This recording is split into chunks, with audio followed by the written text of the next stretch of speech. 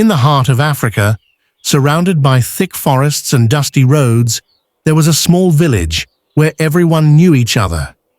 In that village lived a boy named David. David was an orphan. He had lost both parents to a terrible sickness when he was just a child.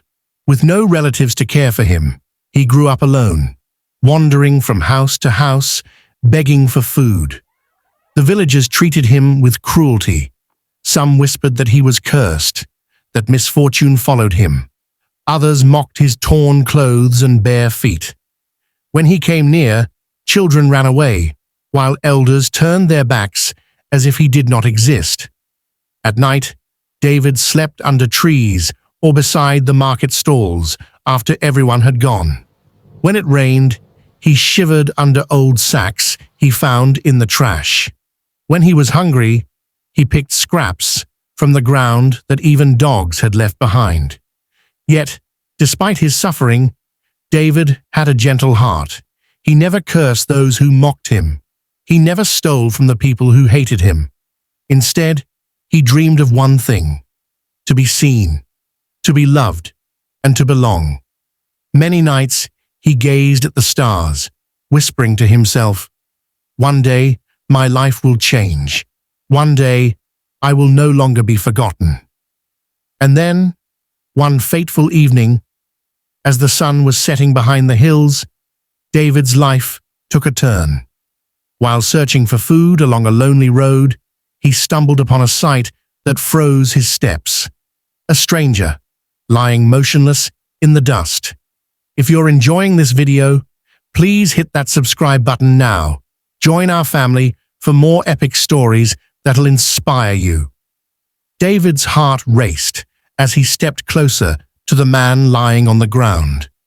The stranger's clothes were torn, his body covered in dust and sweat. His breathing was weak, each gasp sounding like it could be his last. For a moment, David froze. He was just a poor orphan.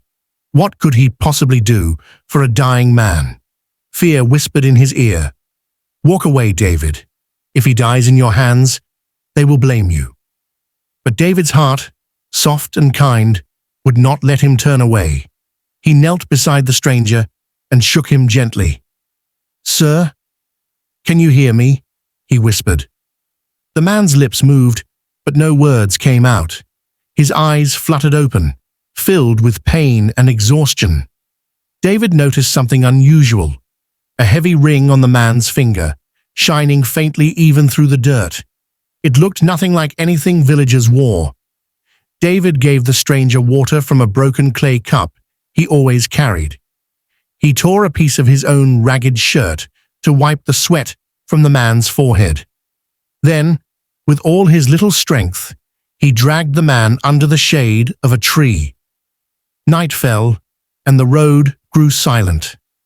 David sat by the stranger's side, hungry and tired, but refusing to leave. The man's life now depended on him. Every sound of the night, the hoot of an owl, the rustle of leaves, made David alert, guarding the stranger as if protecting the most precious thing he had ever found. And though David could not know it, this act of kindness, this choice to stay with a stranger when others would have walked away, would soon uncover a secret powerful enough to change his life forever. By morning, the stranger was still alive, though very weak. His eyes opened slowly, and for the first time he spoke, his voice deep but faint. "You saved me," he whispered. David smiled shyly, shaking his head. "I only did what anyone should do," he replied. But in truth, David knew that no one else in the village would have stopped. Only he had cared enough. Over the next few days, David stayed with the man, bringing him water from the stream, fruits from the forest, and covering him at night with dry leaves to keep him warm. The stranger grew stronger, but he remained quiet, always studying David as if measuring his soul. David, lonely for so long, began to talk freely. He told the stranger about his parents, about the villagers who mocked him, about his dreams of belonging somewhere. The man listened closely, sometimes nodding, sometimes closing his eyes as if fighting back emotions. One evening, as the fire crackled between them, David noticed the ring again. It was gold, carved with strange symbols, and unlike anything he had ever seen. Around the man's neck, hidden beneath his torn shirt, hung a necklace with a small royal crest engraved on it. "Sir," David asked softly, "who are you really?" The man looked away, his eyes distant. "Just a traveler who has lost his way," he said, but his tone carried weight, as if hiding more than it revealed. That night, David dreamt of palaces, thrones, and warriors. He woke before dawn to find the stranger watching him closely, almost as though the man could read his very thoughts. And then, one morning, when David rose to fetch water, he returned to find the place empty. The stranger was gone. No footprints, no farewell, only the golden ring, left carefully beside the ashes of their fire. For 2 long days, David searched the forest paths, calling out for the stranger. But there was no answer, no trace, only silence. Confused and heartbroken, he returned to the village, clutching the golden ring the stranger had left behind. The villagers mocked him again. "Look at the orphan playing with fake jewelry," they laughed. David kept the ring hidden, close to his chest, not knowing why, but feeling it was important. Then, on the 3rd day, the ground trembled with the sound of horses. From the east road, a line of soldiers in shining armor rode into the village. Their spears glistened in the sun, and their banners carried a crest, the same crest David had seen on the stranger's necklace. The villagers froze in fear. Never before had royal guards entered their land. The leader of the soldiers dismounted, holding up a parchment with a royal seal.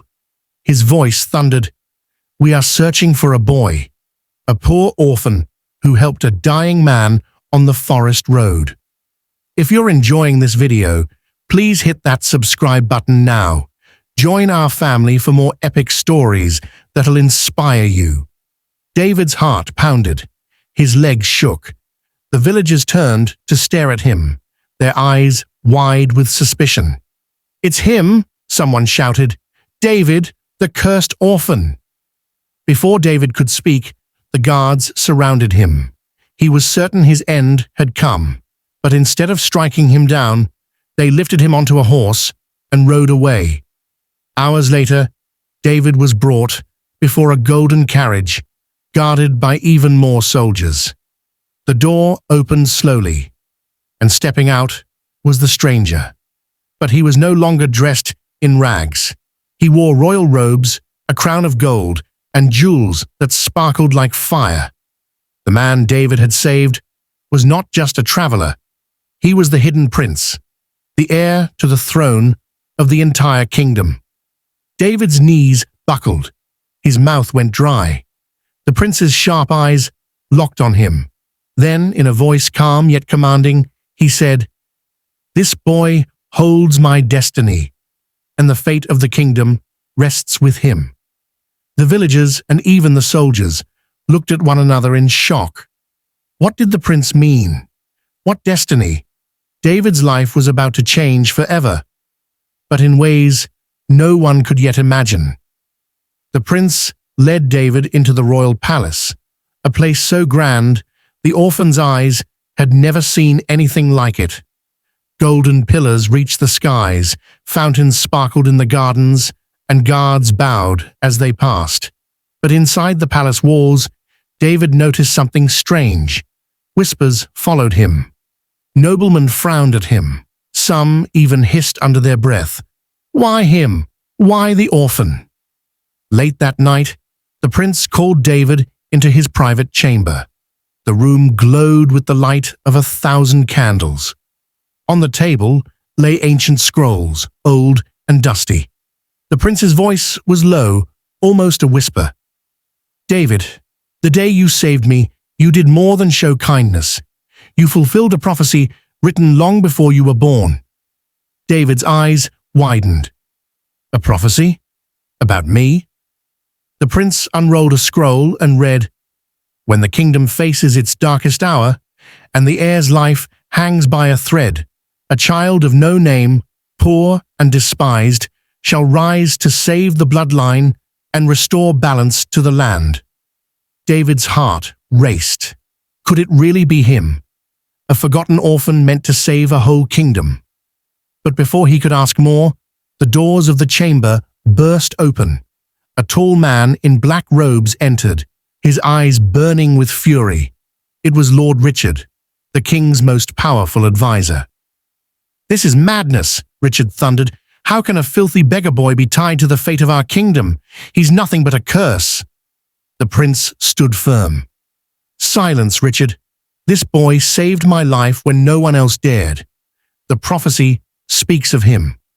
Richard's lips curled into a sinister smile. "Then let us test this prophecy and see if the orphan can survive the enemies who now hunt us all." David felt the cold chill of danger creep into the room. The prophecy, the whispers, the hatred in Richard's eyes. Something told him that the real battle was only beginning. The night was heavy with fear. Whispers of rebellion spread across the kingdom, and shadows moved in the dark. Lord Richard, consumed by greed, gathered traitors to overthrow the royal family. His plan was simple: kill the prince, claim the throne, and erase the prophecy forever. But fate had other plans. At dawn, the palace shook with the sound of clashing swords. Guards loyal to the prince fought desperately, but Richard's men outnumbered them. In the chaos, David found himself cornered by Richard himself. "So, this is the great savior," Richard sneered. "A filthy orphan who thinks destiny favors him? You are nothing." David's hands trembled, but his eyes burned with courage. "I may be an orphan," he said, "but even the lowest child can change the fate of kings." Richard lunged at him, but before the blade struck, the prince leapt forward, shielding David. Steel met steel as the hidden prince fought his own advisor with fierce determination. The prophecy's words echoed in David's mind. "A child of no name, poor and despised, shall rise to save the bloodline." And then it happened. With a cry, Richard overpowered the prince, sending him to the ground. His sword rose for the final strike, but David, in a burst of courage, grabbed a fallen spear.